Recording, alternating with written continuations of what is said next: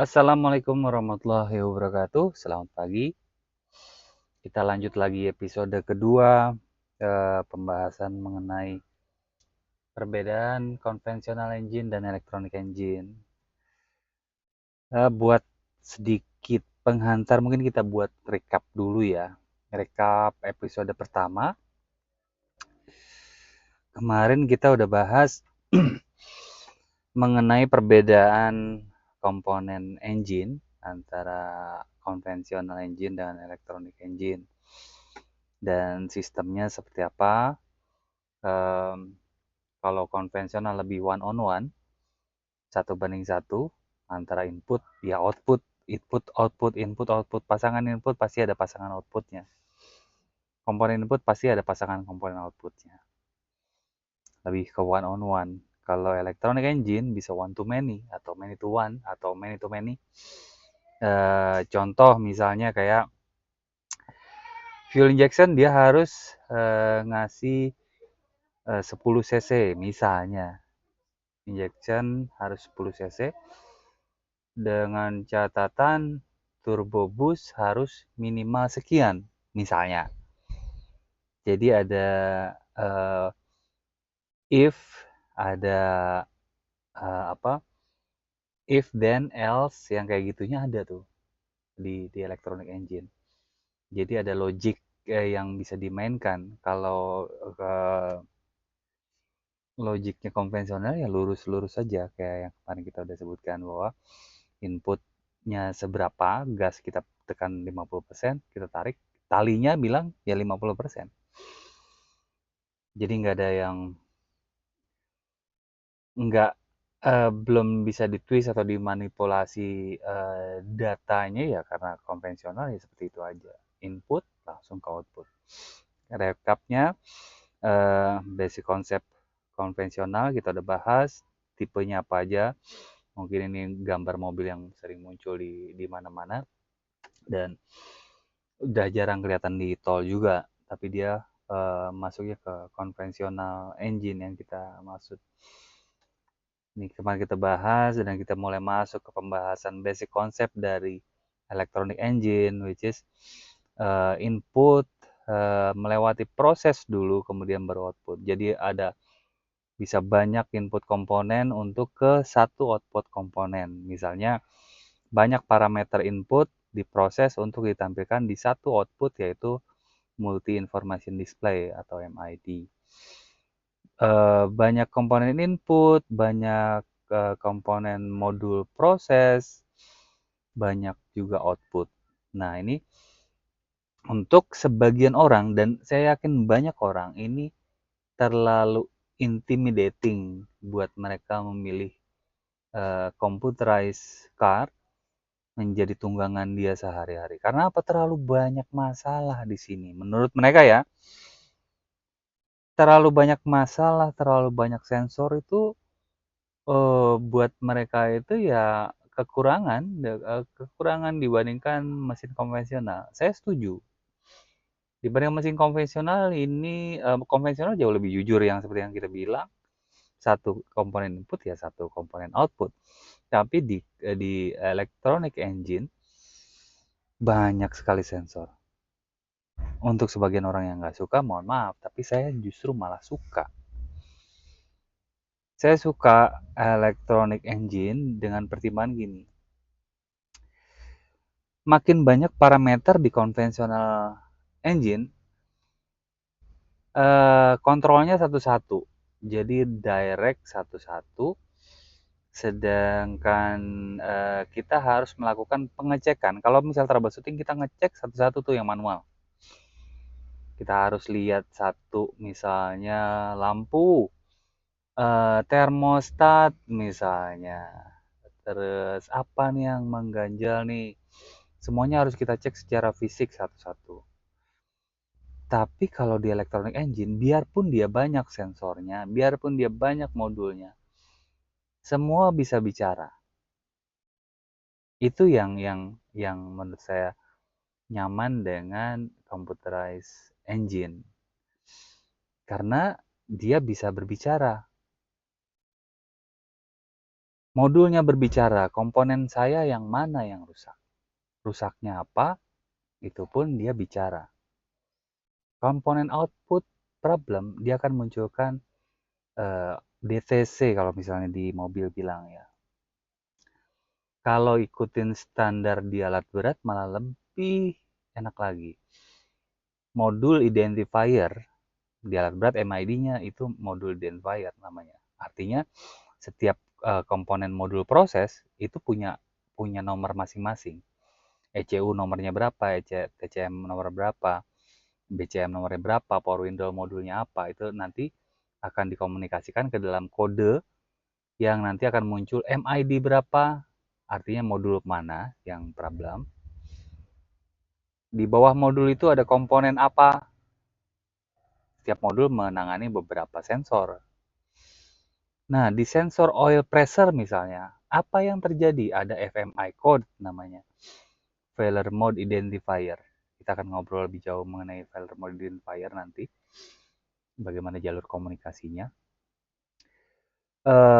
Dengan seperti ini, si mekanik akan jauh lebih cepat, nggak perlu ngecek satu-satu komponen sensor. Nggak perlu ngecek mana yang problem, input atau output. Nggak perlu, karena udah dibilang modul A. Berarti di bawahnya modul A ada sensor apa? Sensor B misalnya. Modul A, sensor B. Kerusakannya apa? FMI code-nya berapa? Udah, itu udah pasti ketemu. Udah pasti ketemu. Jadi kalau misalnya keuntungannya di electronic engine ini, kita nggak perlu test bench, nggak perlu bongkar terus kita tes satu-satu, nggak perlu. Satu unit ini udah jadi test bench, udah jadi alat tes, tinggal kita perlu tool komunikasinya aja. Nah, hari ini kita akan spesifik ngelanjutin episode pertama, kita udah rekap tadi, perbedaan benefit, perbedaan komponen dan benefitnya. Terus sekarang kita kupas di episode lebih jauh mengenai komunikasi tadi. Dimulai dari komunikasinya, dimulai dari input parameter, input sensor yang memberikan parameter ke ECU atau ke TCM atau ke multi information display atau diteruskan ke MID tadi. Beberapa minggu ini saya akan confuse antara MID multi information display dengan MID modul identifier, tapi nggak apa-apa.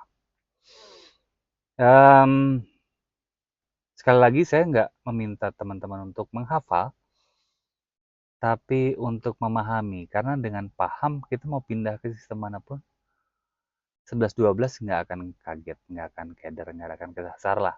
Sasar-sasarnya dikit tapi langsung bisa tune in lagi. Oke, komponen input. Apa aja komponen input? Banyak sekali komponen input. Jadi kalau misalnya sekarang udah mulai khawatir dengan electronic engine,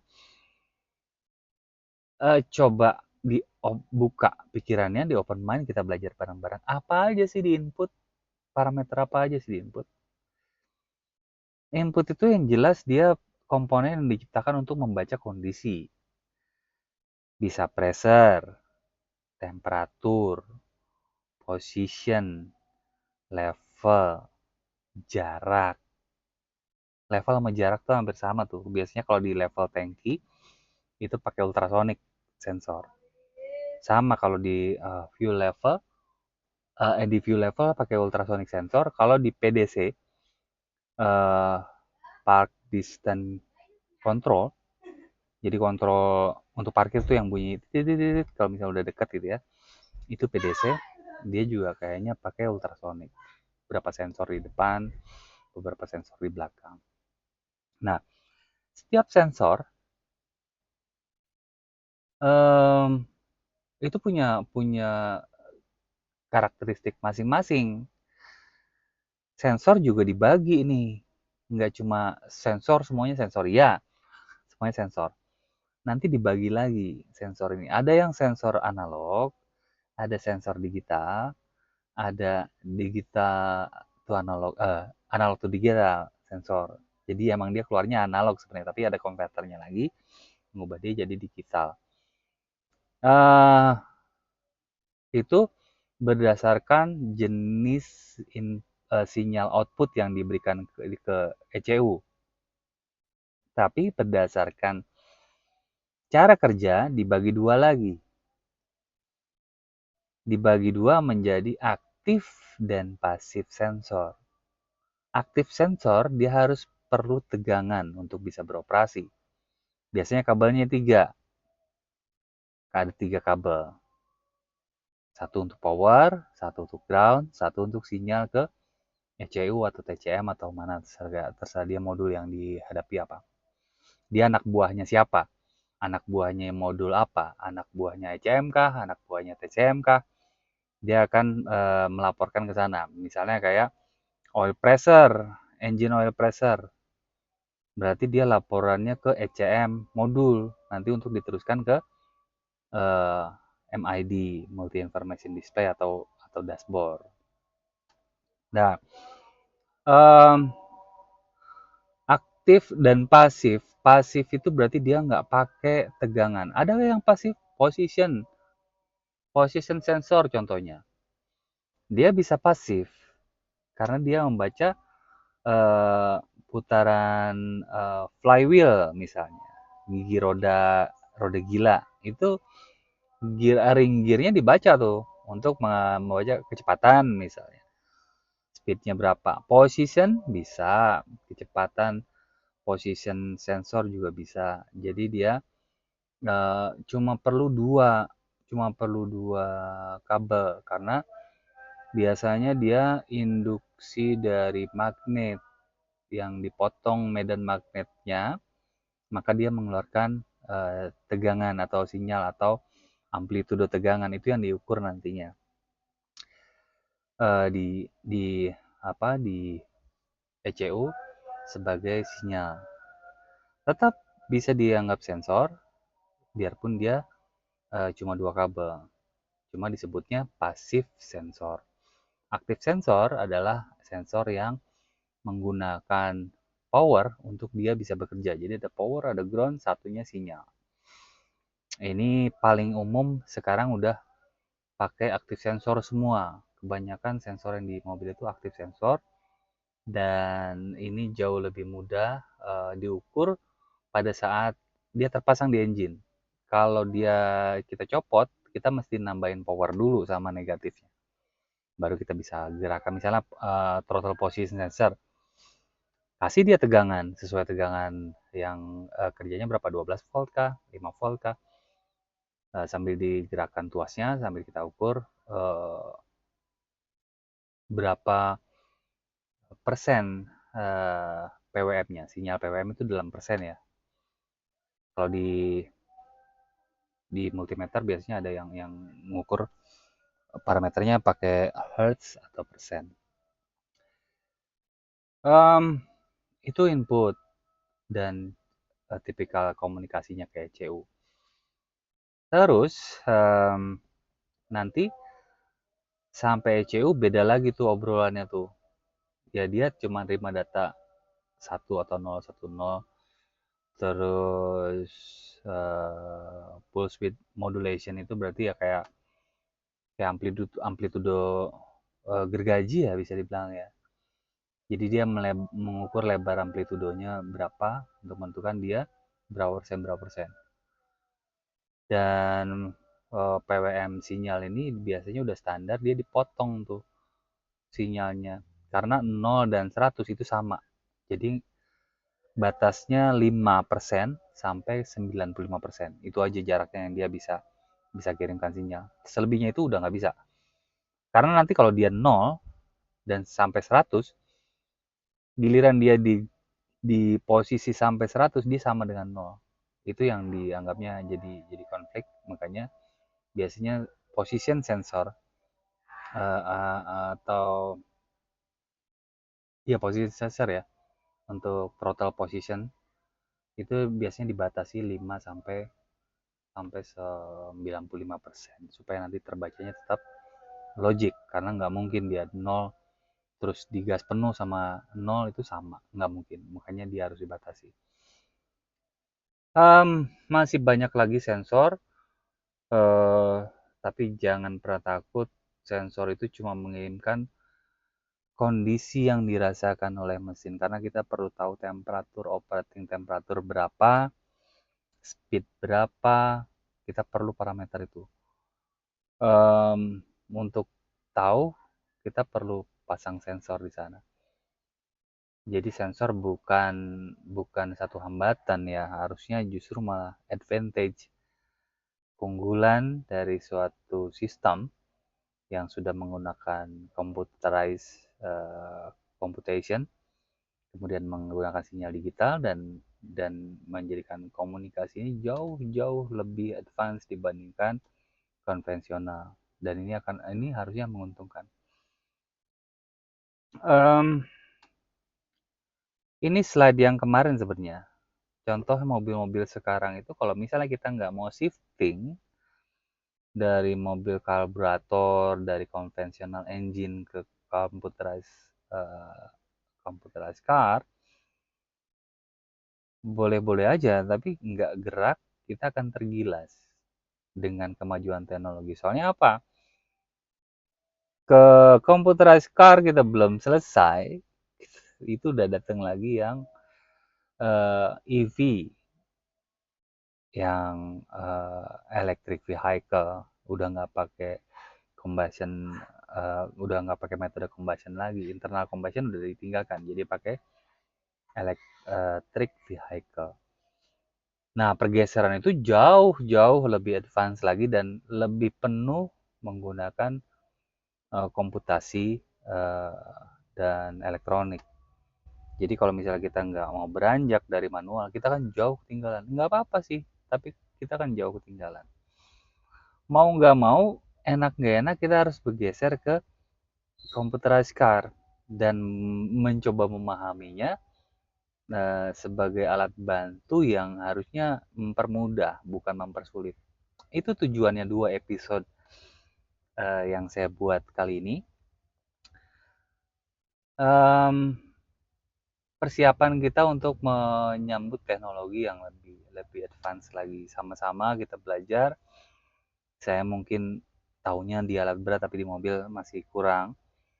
Jadi kita bisa belajar bareng-bareng buat memahami teknologi berikutnya apa, mempermudah enggak gitu. Kalau misalnya kira-kira nggak mempermudah dan justru merepotkan, ya kita tinggal.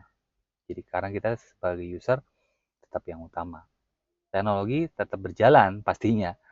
Dan itu seperti kayak hujan di sore hari dan kita nggak punya jas hujan. Kalau kita cuek mau jalan keluar ya kebasahan. Karena hujan juga udah pasti cuek dia. Nggak mikirin ya mau siapa yang keluar mau punya jas hujan atau nggak punya jas hujan. Ya di hujan akan tetap hujan. Begitu juga teknologi. Maju akan tetap maju. Teknologi nggak mungkin mundur. Dia akan terus maju. Tinggal kita mau ikut atau tergilas. Itu aja. Kali ini slide terakhir, sebenarnya saya mau bahas standar komunikasi protokol yang digunakan dari ECU dari tiap komponen sebenarnya, dari komponen ke komponen, dari input komponen ke output komponen lah, bagaimana memerintahkan komponen itu dari ECU itu seperti apa. Terus bagaimana format digitalnya untuk bisa dibaca oleh MID dari input yang di berbagai jenis tadi, berbagai jenis, ada yang pasif sensor, aktif sensor, ada yang pasif, aktif, ada yang PWM jenisnya, ada yang digital, analog to digital. Mungkin sebagian juga ada beberapa yang masih analog ya, tapi itu harus tetap dibaca dan ditranslasikan ke dalam bentuk digital dan ditampilkan di MID. Bagaimana protokol komunikasinya bisa serapi itu dan bisa dengan mudah kita baca jadi bahasa manusia di tampilan dashboard. Sebenarnya itu kan bahasa mesin di bawah sana. Gimana bisa jadi tampilan bahasa manusia? Kita perlu memahami protokol komunikasi. Protokol komunikasinya seperti apa? Ini yang saya ketahui di alat berat jauh lebih mudah karena standar alat berat itu mau pindah produk apa, standar komunikasinya sama. Dia pakai J1939. Sementara kalau di mobil kayaknya tiap vendor beda-beda. Tapi cuma ada beberapa protokol standar yang mereka provide sih. Ujung-ujungnya ya paling pakai CAN bus ya. CAN bus itu kalau lebih ke envelope dari data yang J1939 atau data 184 18 J1804 kah? Itu ada beberapa standar di mobil yang dia menggunakan masih masih standar protokol lama, tapi di encapsulate atau dibungkus dengan CAN bus. Jadi nanti kita bacanya di data CAN busnya dengan pertimbangan handling sekian banyak data masuk dan keluar itu bisa lebih cepat. Itu keuntungannya pakai CAN bus. Tapi porsi datanya itu seperti apa, struktur datanya seperti apa, nanti kita akan coba lihat pengaturan mereka seperti apa. Dengan memahami bahasa dari standar komunikasi komponen tadi, kita akan jauh lebih bisa mengerti mobil yang kita kendarai itu seperti apa kalau dia punya kendala. Sementara itu dulu, episode ketiga baru kita ngobrolin masalah protokol komunikasi ya. Semoga episode 2 ini bermanfaat. Kalau masih bimbang, ulang lagi di episode 1, nanti kita lanjut ke episode 3, udah bisa lebih paham. Terima kasih buat perhatiannya. Assalamualaikum warahmatullahi wabarakatuh.